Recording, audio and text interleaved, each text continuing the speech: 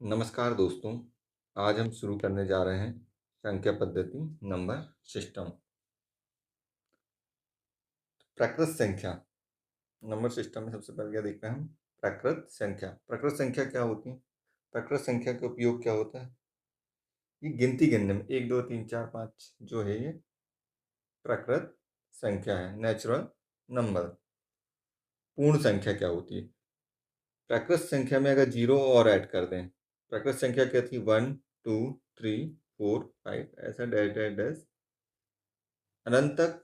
इसी पे हम क्या और ऐड कर दें? जीरो और ऐड कर दें, तो ये क्या कहलाएगी? पूर्ण संख्या, होल नंबर। सम संख्या क्या होती है? वे संख्याएं जो दो से पूर्णतः विभाजित हो। किससे? दो से पूर्णतः विभाजित हो, वे सम संख्या कहलाती हैं।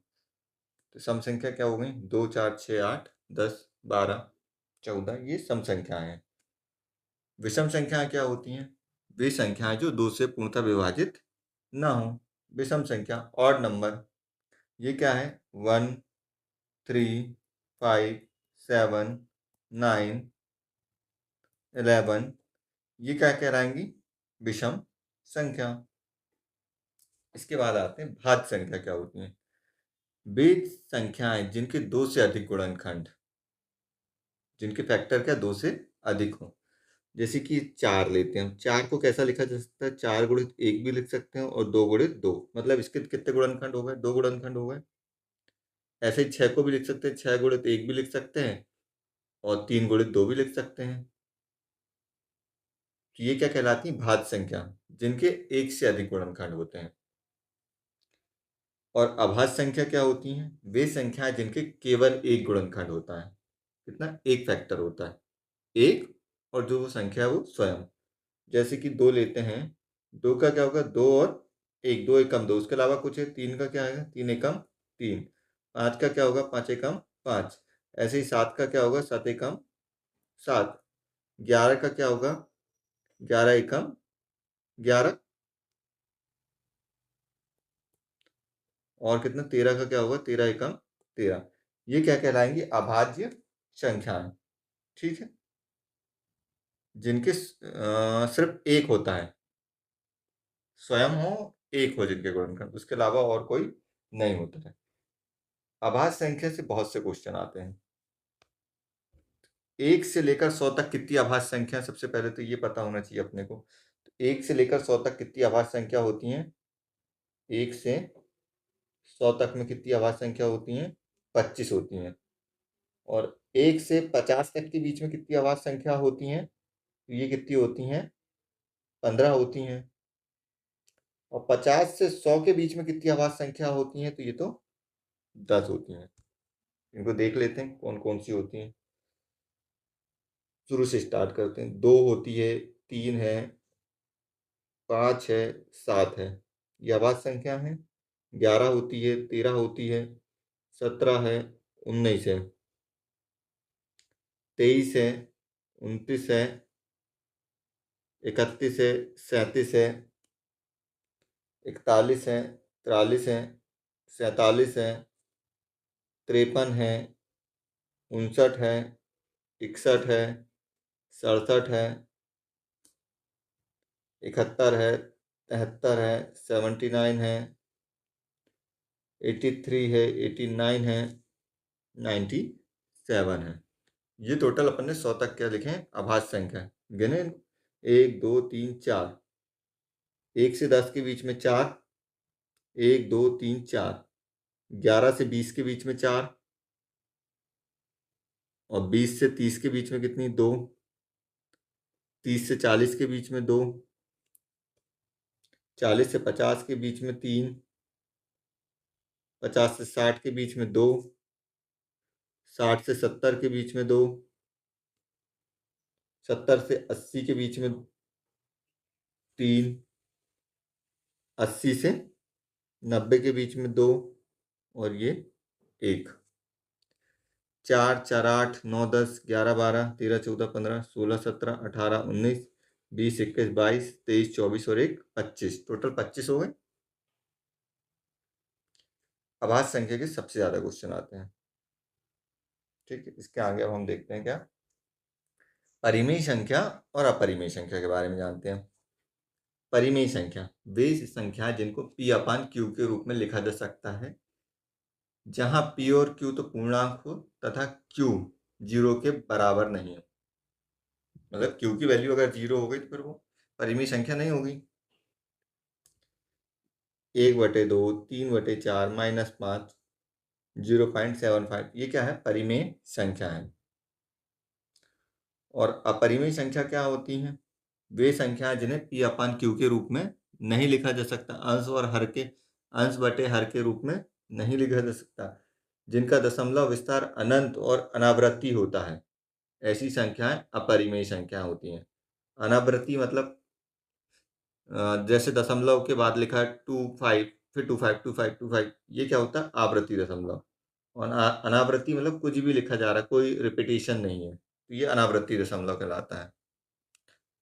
ठीक, जैसे क्या ये क्या हो गया? कर्णी 2, कर्णी 3 और पाई, √2, √3 पाई, ये क्या है? अपरिमेय संख्या है। √2 का मान क्या होता है? 1.41421356257, ऐसा ही जाते जाएगा। ठीक है, ऐसे ही √3 का मान क्या होगा? 1.73205080, ये ऐसा ये भी जाते हैं। कोई पैटर्न समझ है इनके बीच में? कोई पैटर्न नहीं है, कोई संख्या रिपीट हो रही है, कोई रिपीट नहीं हो रही है। तो ये क्या कहलाती हैं? अपरिमेय संख्या, जिनका दशमलव चले ही जा रहा है, चले ही जा रहा है, खत्म ही नहीं हो रहा है। ऐसे ही पाई का देखते हैं। पाई की मान कितना होता है? 3.14159265356, ऐसा ये भी कोई रिपीटिशन है क्या इसमें? कुछ नहीं है। ये क्या कहलाएगा? अपरिमेय संख्या। आगे देखते हैं। अभी तक हमने जितना पढ़ा वो उसके बारे में थोड़ा सा जान लेते हैं। सबसे छोटी अभाज्य संख्या, सबसे छोटी अभाज्य संख्या क्या है? 2 है। सबसे छोटी अभाज्य संख्या क्या है? 2 है। एकमात्र समअभाज्य संख्या, ये भी क्या कहलाएगी? 2 कहलाएगी। हमने अभाज्य संख्या पढ़े थे। अभाज्य संख्या क्या क्या होती है? 2 होती है, 3 होती है, 5 होती है, 7 होती है, 11 होती है, ये ऐसी ये अभाज्य संख्या होती है। सबसे छोटी अभाज्य संख्या क्या है? 2 आएगी। एकमात्र समअभाज्य संख्या, ये भी 2 आएगी। 2 के अलावा कोई और अभाज्य संख्या जो है वो सम नहीं है। अभाज्य संख्या में एक आता है क्या? नहीं आता। एक ना तो अभाज्य है और ना ही भाज्य, ना ही भाज्य संख्या में एक आता है। भाज्य संख्या भी क्या थी अपनी? 4, 6, 8, 9, 10, ये भी क्या थी? भाज्य संख्या। सबसे छोटी भाज्य संख्या, सबसे छोटी भाज्य संख्या क्या पूछ रहा है? भाज्य संख्या पूछ रहा है सबसे छोटी। तो भाज्य संख्या पूछ रहा है तो हमको पता होना चाहिए भाज्य संख्या स्टार्टिंग कहाँ से होती है। तो भाज्य संख्या का स्टार्टिंग ही 4 से, 4, 6, 8, 9, 10। भाज्य संख्या की डेफिनेशन क्या थी? वे संख्याएं जिनके गुणनखंड 1 से अधिक होते हैं। अभाज्य का तो 1 होता है और भाज्य के 1 से अधिक। जैसे 4 को 4 एकम 4, 2 दूनी 4, ऐसा लिख सकते हैं। सबसे छोटी भाज्य संख्या कौन सी है? तो ये 4 है। सबसे छोटी विषम अभाज्य संख्या, विषम अभाज्य नहीं, भाज्य। सबसे छोटी विषम भाज्य संख्या, तो सबसे छोटी विषम, सबसे पहले भाज्य संख्या कौन सी क्या होती है? ये भाज्य संख्या है। 4, 6, 8, 9, 10 ये भाज्य संख्या है। भाज्य संख्या में इसमें विषम संख्या कौन सी है सबसे छोटी? ये विषम संख्या कौन सी कहलाएगी? 9। 9 इसमें विषम संख्या है, तो सबसे छोटी विषम भाज्य संख्या कौन सी कहलाएगी? 9 कहलाएगी। आगे देखते हैं। सभी पूर्णांक परिमेय संख्या होते हैं। सभी पूर्णांक जो है वो परिमेय संख्या होता है। जैसे 5 एक पूर्णांक है, 7 एक पूर्णांक है, 8 एक पूर्णांक है, 9, 11 या 15 ये सभी एक पूर्णांक है। तो ये सभी क्या कहलाएंगे? परिमेय संख्या। प्रत्येक परिमेय संख्या को भिन्न के रूप में लिखा जा सकता है। परिमेय संख्या को कैसा लिखा जा सकता है? भिन्न के रूप में लिखा जा सकता है। अपरिमेय संख्याओं का दशमलव विस्तार कभी समाप्त नहीं होता। हमने देखे थे पाई का हो गया, √2 का, √3 का, इनका जो दशमलव मान है वो समाप्त ही नहीं होता, ना ही वो दोहरा रहा, रिपीटेशन में भी नहीं है, वो चले ही जा रहा है बस अपनी मस्त मौला चाल में, कहीं भी कैसे भी। इसके बाद देखते हैं क्या? कर्णी 4 एक परिमेय संख्या। कर्णी 4 का मान क्या होता है? 2। 2 एक क्या है? पूर्ण संख्या है। ये क्या है? परिमेय संख्या है। और कर्णी दो परिमेय संख्या है क्या अपरिमेय संख्या? तो कर्णी दो क्या है? अपरिमेय संख्या, क्योंकि √2 का मान चले ही जा रहा है, चले ही जा रहा है, चले ही जा रहा है, तो परिमेय संख्या √2 अपरिमेय संख्या है। कुछ सवाल देखते हैं, अभी तक जितना पढ़ा उसी से बेसिक। सबसे छोटी अभाज्य संख्या, अब तो सभी को पता होगा कि सबसे छोटी अभाज्य संख्या क्या है। वो क्या है? 2 है सबसे छोटी अभाज्य संख्या। सबसे छोटी भाज्य संख्या, भाज्य संख्या स्टार्टिंग ही 4 से हो रही थी, तो सबसे छोटी भाज्य संख्या क्या है? 4 है। अगला सवाल देखते हैं। कौन सी संख्या ना तो भाज्य है और ना ही अभाज्य होती है? एक ना तो भाज्य में है ना ही अभाज्य में है। एक ना तो भाज्य है ना ही अभाज्य है। सबसे छोटी विषम भाज्य संख्या, ये भी अभी हमने देखे थे थोड़ी देर में। विषम में भाज्य संख्या, भाज्य संख्या स्टार्टिंग 4 से हो रही, 4, 6, 8, 9, ये विषम है। सबसे छोटी विषम भाज्य संख्या क्या हो जाएगी? वो 9 होगी। 1 से 50 के बीच कुल कितनी अभाज्य संख्या है?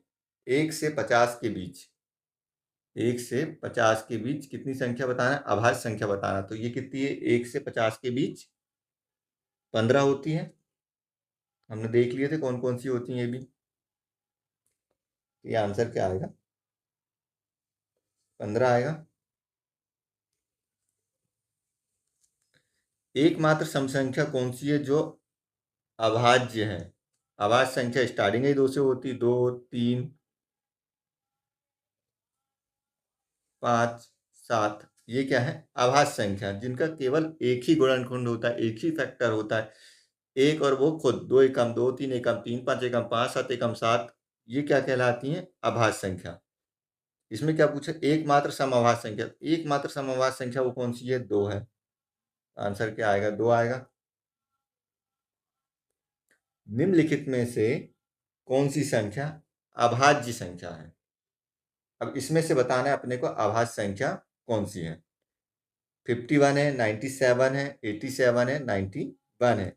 51 3 से कट जाएगा, 97, तो आंसर क्या है अपना? 97 है। 90 से 100 के बीच में एकमात्र संख्या है 97 जो अभाज्य है।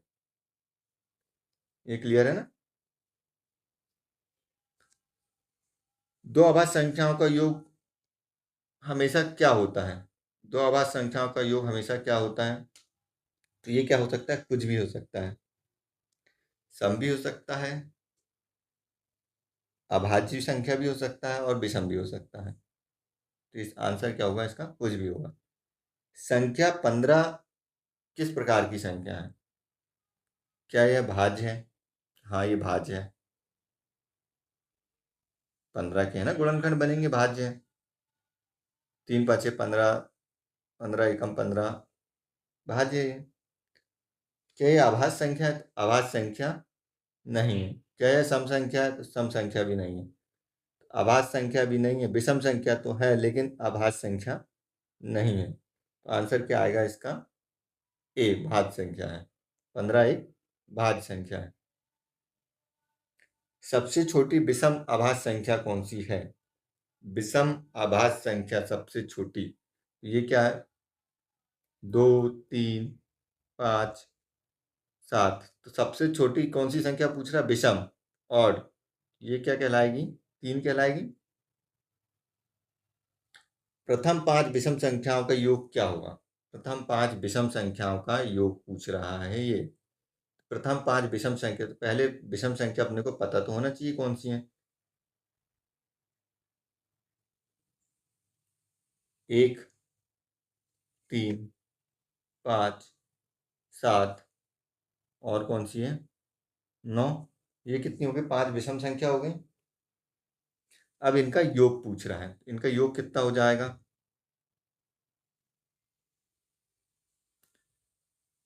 9, 9, 18 और 7, 25। विषम संख्या का योग। इसके बाद 51 से 100 के बीच कुल कितनी अभाज्य संख्या है? अगला सवाल हमारे पास क्या हुआ, 51 से 100 के बीच कुल कितनी आभाज्य संख्या है। 1 से लेकर 100 के बीच में कितनी थी अपने पास, 25। 1 से 50 के बीच में कितनी थी, 15। तो क्या बची अपनी, 50 से या 51 से, जो भी बोले। 50 से 100 के बीच में कितनी बच रही हैं, 10। आंसर क्या आएगा, 10 आएगा। ये याद रखना, एकदम याद रखने वाली चीज है। 1 से 100 के बीच में 25 है, 1 से 50 के बीच में 15, 50 से 100 के बीच में 10 आएगी। ये किसकी बात हो रही है, अभाज्य संख्या की बात हो रही है। निम्नलिखित में से कौन सी परिमेय संख्या है। करनी दो परिमेय संख्या है क्या, नहीं, ये अपरिमेय संख्या है। पाई कैसी है, अपरिमेय संख्या है। करनी 7 कैसी है, अपरिमेय संख्या है। तो परिमेय संख्या कौन सी है, 3/5।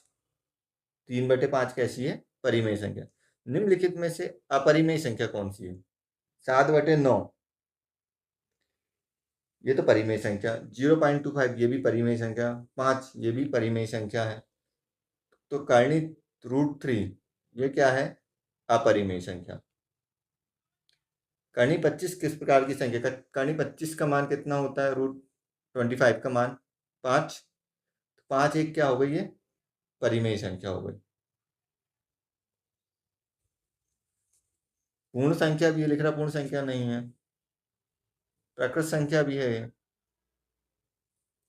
निम्नलिखित में से कौन सी संख्या समाप्त होने पर निम्नलिखित में से कौन सी संख्या समाप्त होने वाला दशमलव है। कौन सी संख्या में समाप्त होने वाला दशमलव, तो सिर्फ इसमें 1/4 में, और यही क्या है, परिमेय संख्या। बाकी ये पाई, √5 ये सब क्या है, अपरिमेय संख्या। आंसर क्या होगा, 1/4। पाई किस प्रकार की संख्या है पूछता है, तो पाई क्या है, अपरिमेय संख्या है। पाई एक अपरिमेय संख्या है। आगे देखते हैं। यहां तक पूरा क्लियर है, क्या क्या पढ़े हमने।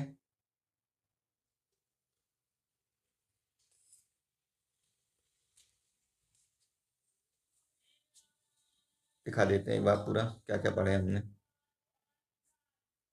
संख्या पद्धति में प्रकृत संख्या पढ़े, पूर्ण संख्या पढ़े। प्रकृत संख्या गिनती गिनने का काम आती, पूर्ण संख्या 0 लगा दो तो वह पूर्ण संख्या कहलाती है। इसके बाद क्या पढ़े, सम संख्या और विषम संख्या। सम संख्या में 2 का भाग जाता है, 2 4 6 8 10 12, ये सम संख्या है। और विषम संख्या 1 3 5 7, जिसमें 2 का भाग नहीं जाता है, ठीक है।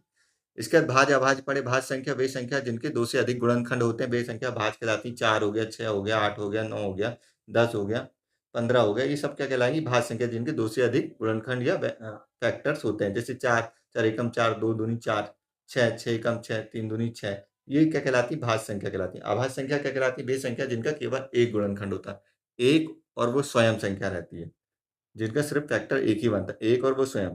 जैसे 2 एकम 2, 3 एकम 3, 4 4 नहीं है, 5 है, 5 एकम 5, ये क्या कहलाती हैं, आभाज्य संख्या कहलाती हैं, ठीक है। 1 से 100 के बीच में आभाज्य संख्या कितनी है, 25। 1 से 50 के बीच में कितनी है, 15।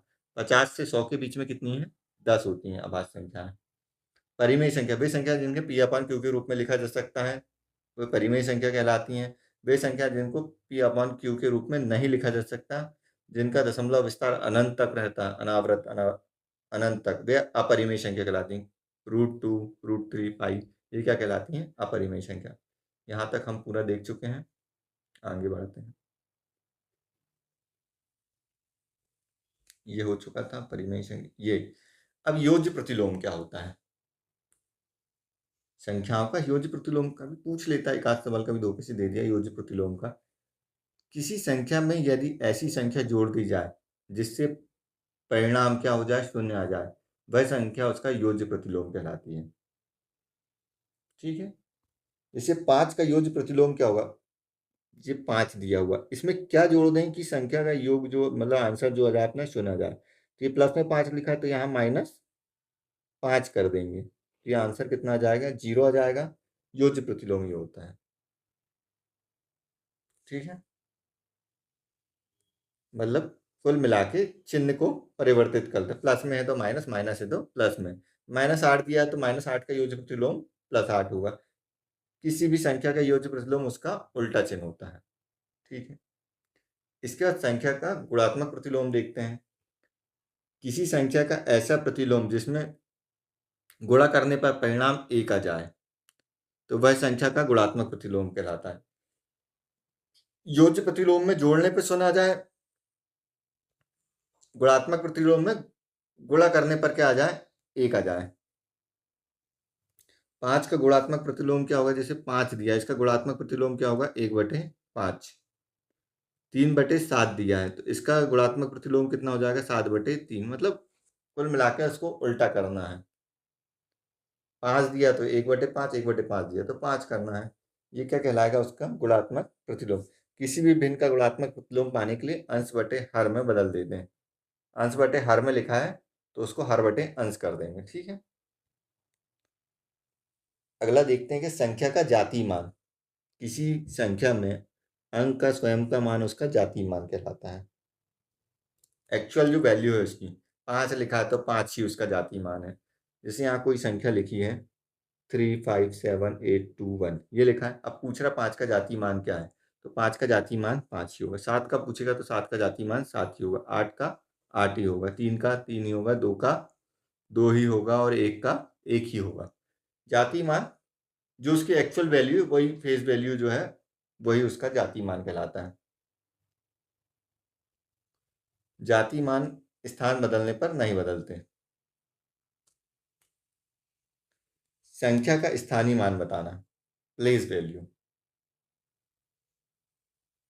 ठीक है, किसी संख्या में अंक जिस स्थान पर होता उसके अनुसार उसका मान स्थानीय मान कहलाता है। 4587 4587 लिखा है। ठीक है, स्थानीय मान बदलने पर स्थान बदलने पर स्थानीय मान बदल जाता है। जैसे कि अब संख्या यही वाली जो दी है इसी को उठाते हैं। 4587 लिखा है। 5 का स्थानीय मान पूछेगा तो 500, 8 का पूछेगा 80, 7 का पूछेगा 7 और 4 का पूछेगा तो 4 का। ये इसका स्थानीय मान होगा। ठीक है, अब इसको संख्या बदल देते हैं इसकी। 4857 लिख लिया। अब 8 का स्थानीय मान पूछेगा तो 800 और 5 का पूछेगा तो 50। ये चीज क्लियर हो गई, स्थानीय मान क्या होता है। जिस स्थान पर रहती है उस स्थान के अनुसार स्थानीय मान बदल जाता है। अगला देखते हैं, योज्य प्रतिलोम का योग हमेशा क्या होता है, शून्य होता है। ठीक है, योज्य प्रतिलोम का योग करेंगे तो शून्य होगा। गुणात्मक प्रतिलोम का हमेशा क्या होगा, 1 होगा। इसका शून्य होता है, इसका 1 होता है। जाति मान हमेशा वही रहता है, जो दिया है वही जाति है। जाति तो हमेशा एक ही रहती, जाति बदलती है क्या अपनी। जिस जाति में पैदा हुए हो आप वही जाति में रहोगे। तो 5 7 6 2 1 जो भी लिखा है, 6 का जाति मान 6 ही होगा। 2 का 2 ही होगा। 1 का 1 ही होगा। 7 का 7 ही होगा। 5 का 5 ही होगा। स्थानीय मान अंक के स्थान पर निर्भर करता है। ठीक है, स्थान तो बदलते रहता है। आज दिल्ली में हो कल मुंबई में हो गए। ये स्थानीय मान चेंज होते रहता है। जैसे इसी यही संख्या में 7 का स्थानीय मान पूछेंगे तो क्या आ जाएगा, 7 के बाद 4 संख्या तो 4 जीरो। 7000। 6 के बाद 3 संख्या 3 जीरो। 6000। ये क्या होगा, स्थानीय मान। -9 का योज्य प्रतिलोम क्या होगा, +9 होगा। 7/8 का गुणात्मक प्रतिलोम क्या होगा, तो 7/11 का गुणात्मक प्रतिलोम क्या होगा, तो ये हो जाएगा कितना, 11/7। संख्या 6845 6845 में 8 का जाती मान बताना। जात बदलती है क्या कभी, नहीं बदलती। तो 8 का स्थान क्या बोला, जाती मान कितना होगा, 8 ही होगा। 6845 में 8 का स्थानीय मान, स्थान बदल, आज दिल्ली में कल मुंबई में होंगे, स्थान बदलते रहता है। तो 8 का स्थानीय मान कितना होगा, 8 और 2 जीरो, 800 होगा। आरोही क्रम, ये इसमें कंफ्यूजन रहता है। इंग्लिश वालों को तो नहीं रहता, हिंदी मीडियम वालों को कंफ्यूजन आता रहता है इसमें थोड़ा। आरोही क्रम, असेंडिंग ऑर्डर। जब संख्याओं को छोटे से बड़े क्रम में लिखा जाता है उसे आरोही क्रम कहते हैं। मतलब कितना, जो गिनती लिखी है अपनी 1 2 3 4 5 6, 7, ये क्या कहलाता है? आरोही क्रम कहलाता है। क्या कहलाता है? आरोही क्रम। ठीक है, आरोही क्रम समझ गए? आरोही क्रम मतलब ऊपर जाना, छोटे से बड़ी संख्या की ओर, आरोही क्रम। और अवरोही क्रम क्या कहलाती है? वह संख्या बड़ी से छोटे क्रम में लिखा जाता है, मतलब उल्टी गिनती। उल्टी गिनती कह लो। पहले 100, 99, 98, 97, 96, 95, 94, 93, 92, 91, ये क्या कहलाएगी? आरोही क्रम कहलाएगी। डिसेंडिंग ऑर्डर मतलब ऑर्डर घट रहा है,